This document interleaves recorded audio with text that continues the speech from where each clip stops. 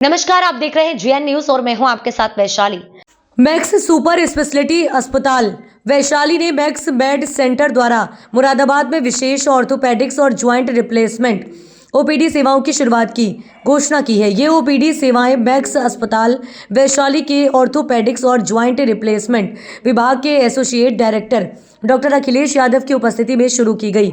Doctor Yadav प्रत्येक महीने के चौथे सोमवार को दोपहर 12 बजे से 2 बजे तक प्राथमिक परामर्श के लिए उपलब्ध रहेगा। इस ओपीडी सेवा का उद्देश्य मुरादाबाद और आसपास के क्षेत्रों के निवासियों को उन्नत जोड़ों की सर्जरी और ऑर्थोपेडिक्स सेवाएं आसानी से उपलब्ध बनाना है, ताकि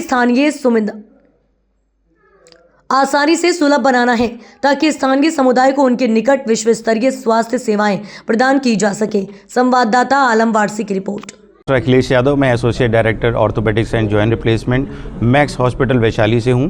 और आज की जो प्रेस कॉन्फ्रेंस है वो है robotics in total joint replacement, यानी कि रोबोट जो नई टेक्निक आई है उसका इस्तेमाल इसमें जॉइंट रिप्लेसमेंट्स में होते हैं, तो उसके फ़ायदे क्या हैं और उससे पेशेंट्स का सेटिस्फेक्शन रेट कितना है।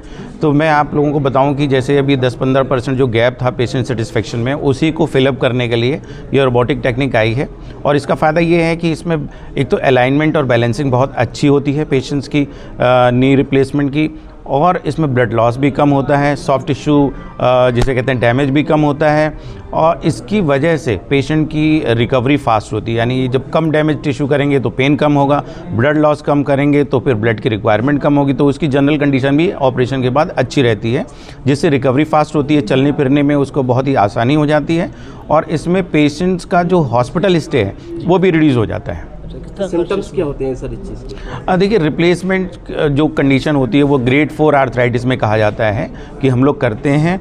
ग्रेड 4 का मतलब ये है कि जब आपकी दवा, फिजियोथेरेपी, इंजेक्शन कुछ भी काम ना करे, तो कोई ज़रूरी नहीं है कि कोई पेशेंट अगर आपका ग्रेड 1-2 में आया तो आपने उसको रिप्लेसमेंट कर दिया। नहीं, पेशेंट्स को पहले ऑल्टरनेटिव मेथड से ट्रीट करना चाहिए। जो सिम्टम्स की बात आप कर रहे थे, तो pain, swelling, restriction of movements and चलने फिरने में दिक्कत होना, दैनिक दिनचर्या में दिक्कत होना, ये सारे लक्षण होते हैं। और फिर एक्सरे वगैरह करके उसकी डायग्नोसिस बनती है कि किस स्टेज में है। अगर स्टेज 4 में है तो डेफिनेटली रिप्लेसमेंट से ही फ़ायदा होता है। समय कितना लगेगा और खर्चा जो है इसमें वो कितना इसमें? अगर आप रोबोटिक की बात कर रहे हैं तो एक जो नॉर्मल खर्चा होता है उससे 50 से 60 हज़ार रुपये प्लस हो जाता है।